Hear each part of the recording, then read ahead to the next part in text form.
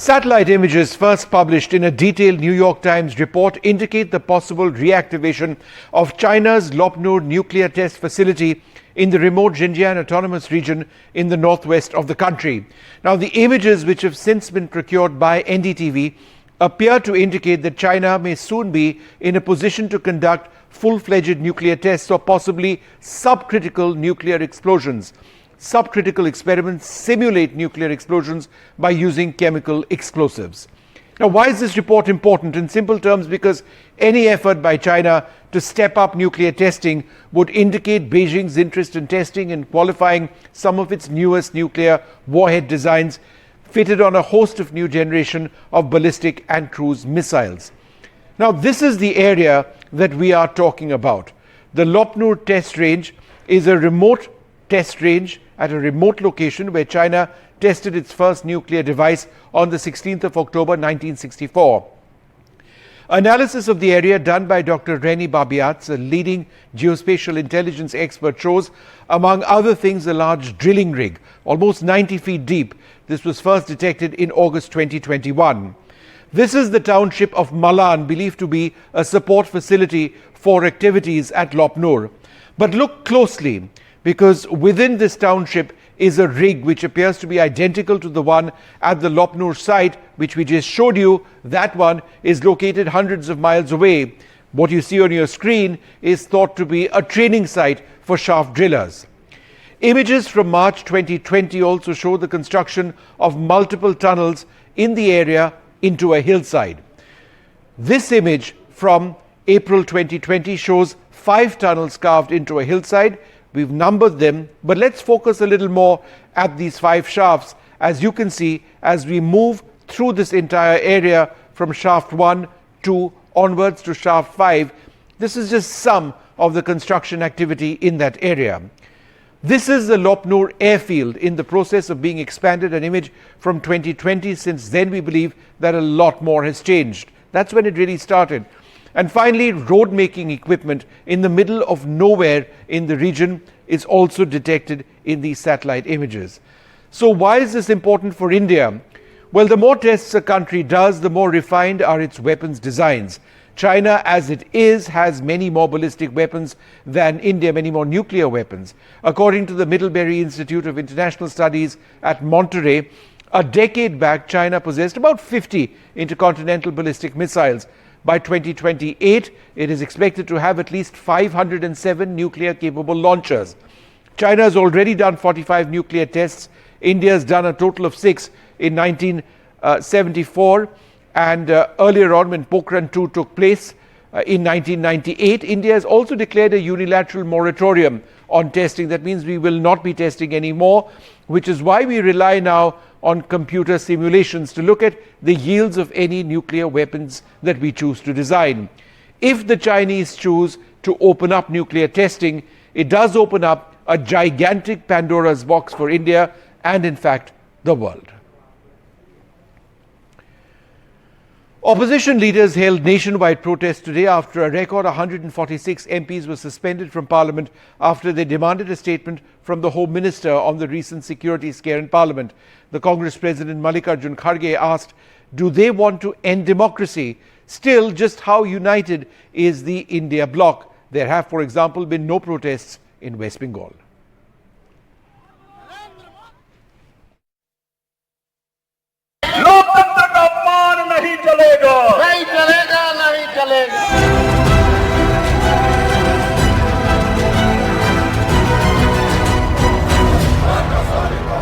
A nationwide Save Democracy protest by the India bloc.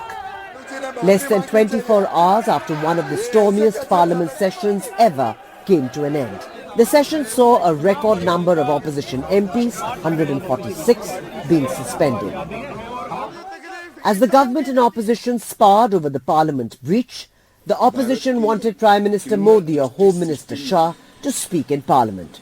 The government insisted that parliament security was the domain of the speaker.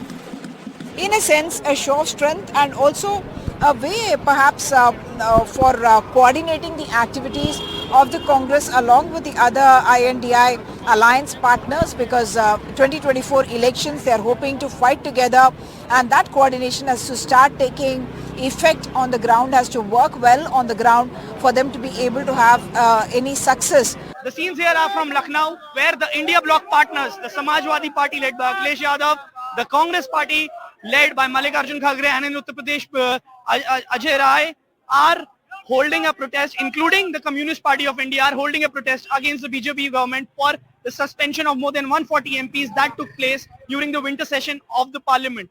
The opposition is seen as united at the Jantar Mantar to lodge their protest, as 146 members of the parliament were suspended from both the houses. But the bigger question here arises, if are they really holding hands for the upcoming elections? The government says that it is an insult of the Jat community. Right now I'm here in Haryana's Panchkula district. It resonates here well because the Congress has taken out this protest. If you see here, Kalka MLA is here, other notable members of the Congress party have gathered here to register their protest. Congress in Assam has organized this protest in Guwahati against the suspension of opposition MPs in Lok Sabha and Rajya Sabha in Parliament. सबको बाहर निकाले आप, सभी MLAs को, सभी MPs को आपने बाहर निकाला और सभी कानून अनअपोज्ड आपने पास कर लिया.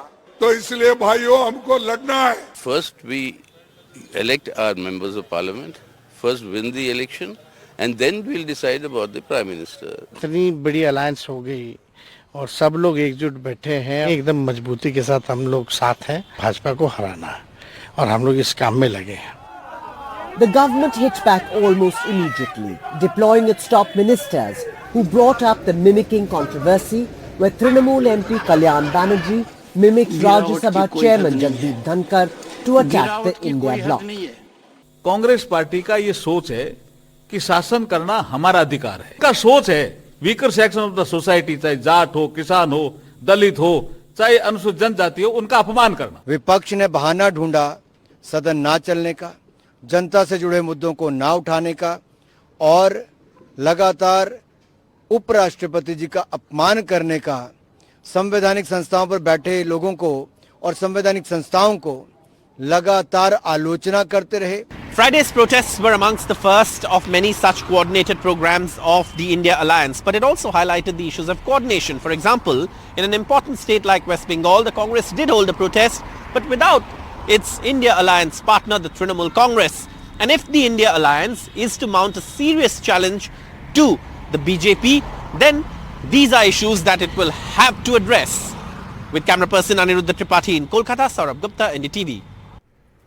The Congress and the BJP are gunning for each other over flying in a private jet. What started as a swipe by the BJP on a video of Congress leaders seen inside a private aircraft has escalated into a full-blown war of words, with the Congress posing the same question the BJP leaders had asked. It's this video of Karnataka Chief Minister Siddaramaiah and other ministers flying back on a private jet from Delhi that's become the latest Congress versus BJP flashpoint in the state. Karnataka Minister Zamir Ahmed Khan, who accompanied Siddaramaiah to Delhi to meet Prime Minister Modi and seek drought relief, posted this video flaunting his travel in the private jet and terming it happy moments. I work day and night. The BJP was quick to make him unhappy. The video posted by Zamir Ahmed Khan displaying the vulgar wealth and extravaganza by the minister and also the chief minister is highly deplorable. They were on their way to Delhi to seek funds from the central government for the drought-hit state. Under such a circumstances, the chief minister, who is a socialist, without caring for the sensitivity of those who are suffering, going by a charter flight instead of taking a regular flight is highly deplorable. Over 200 talukas in Karnataka are declared drought hit, and the state has witnessed 180 suicides in the last 1 year. The Congress, however, was quick to explain the private luxury flight. No tickets in other flights, it said, forced the chief minister to take the luxury jet. Special flight जाना गलत क्या है? अभी Narendra Modi ji 100 kilometre भी जाना तो special flight use कर सकते हैं. फ्लाइट ऐसी होता है, जो बुकिंग करते हैं, जो बुकिंग करने के बाद जो फ्लाइट देता है वो अपना खुद का फ्लाइट खरीदी किया, थोड़ी खरीदी किया. Please ask this question to BJP people. Narendra Modi ಅವರು ಯಾವ ವಿಮಾನದಲ್ಲಿ ತಿರುಗಾಡ್ತಾರೆ? ಒಬ್ಬರೇ ತಿರುಗಾಡ್ತಾರಲ್ಲ, ಯಾಕೆ ತಿರುಗಾಡ್ತಾರೆ? Ever since the Congress came to power in Karnataka, the BJP has been claiming that the party is anti-poor. Now this video only goes ahead to prove its claims, providing enough ammunition to the BJP. Going by the video posted by the Karnataka Congress minister, it only reflects happy moments considering the sensitivity of the matter, which is drought and the suffering of farmers.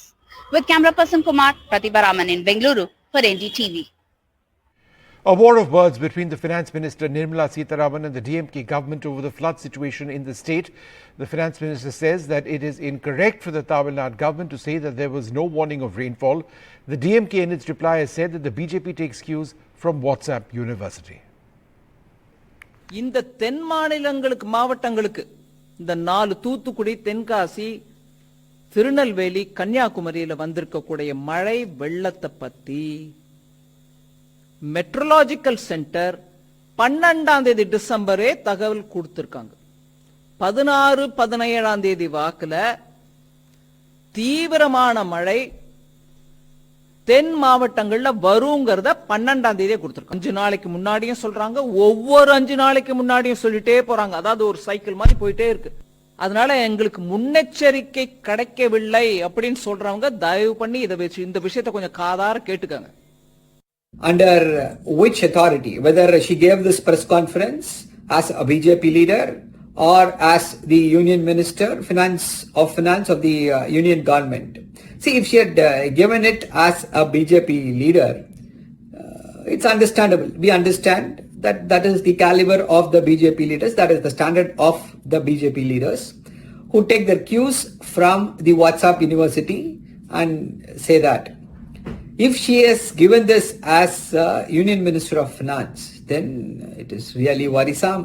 She does not have the grasp over the facts of what happened in the state of Tamil Nadu. The National Investigating Agency is looking into the terror attack in which 4 Indian soldiers were killed in action yesterday in Rajouri. It's the latest of a series of attacks which have been taking place in this area. There are believed to be upwards of 25 terrorists operating south of the Pir Panjal range. The army continues to hunt for these terrorists who are operating now deep within Indian territory. A massive counter-terrorist operation underway. A day after heavily armed terrorists targeted 2 military vehicles in the Buffalas forests of the Poonch district. 4 soldiers were killed in action, 3 are seriously injured. The attackers appear to be hiding in these dense forests. Several villagers have been detained today for questioning. They are suspected to have given shelter to terrorists before. Terrain is the biggest challenge, and carrying out anti-terrorist operation in these dense forests is just not an easy task. After incident on Thursday afternoon, Army has launched a massive operation to track down the attackers, but so far there is no indication if any of the attacker has been cornered in these forests. PFF, believed to be a front of Lashkar-e-Toiba, has now released pictures of the attack, indicating that they may have reached their safe location. This also shows how militants are using body cams while carrying out attacks on the army. Since April this year, more than 20 soldiers have been killed during encounters, even as army has launched a number of anti-militancy operations and killing more than 20 militants in this region. These pictures of yesterday's attack on 2 army vehicles is almost like a replay of an attack on an army truck in April. This is the second major terrorist attack in the last 1 month. Last month, 5 soldiers, including 2 young captains, were killed in action during an encounter in the Kalakot forests in Rajouri. 2 Lashkar terrorists were eliminated in the encounter. The army says 20 to 25 foreign terrorists are operating in the area, a region that was free from terrorism between 2003 and 2020.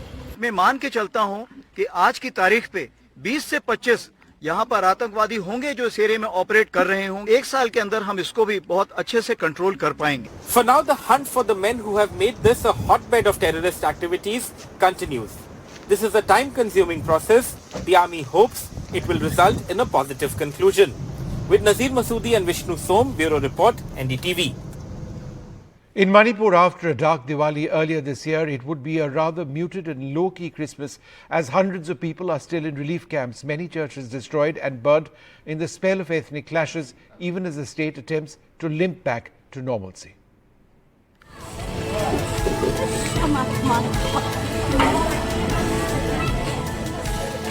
Christmas will not be a very merry affair for hundreds in relief camps across Manipur. They have been here for almost 8 months, and many are still burying their loved ones. There will be no feasting, there will be no singing together inside the church. All the activities is going to be just like normal church service, worship service.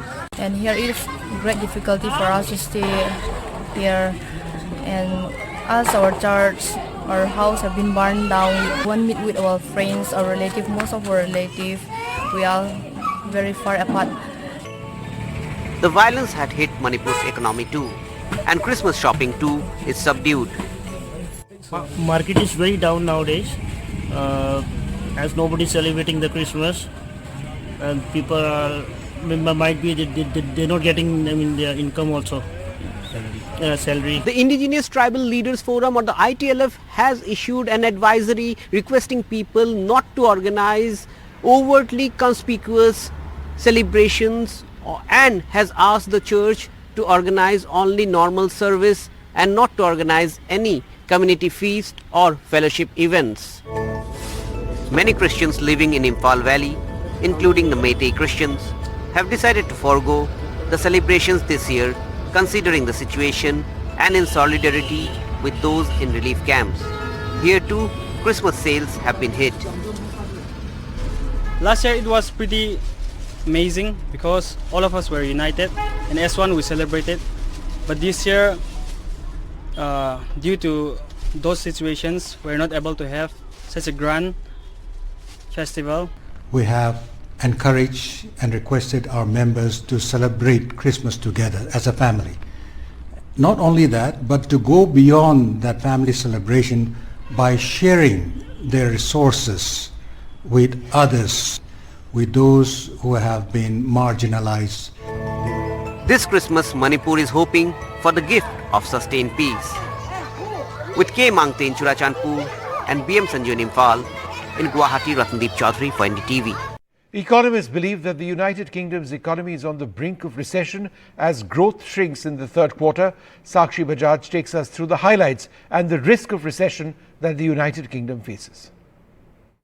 Fears that UK has fallen into recession have now heightened after GDP contracted 0.1% in the July to September quarter after zero growth seen between April to June. Now, experts believe this will be a big blow to UK Prime Minister Rishi Sunak, who promised to get the economy growing as one of his 5 pledges to voters before an expected general election next year. In fact, UK's services sector has also been estimated to have fallen by 0.2%. Bank of England's 14 interest rate rises over the last 2 years have also taken a bigger toll on the corporate sector and household spending in UK as per analysts. Now, as growth shrinks, pressure on Bank of England to start cutting rates like never before, and economists believe UK's latest retail inflation data easing at 3.9% in November as compared to 4.6% in October is an encouraging sign for the Bank of England to go ahead and cut rates.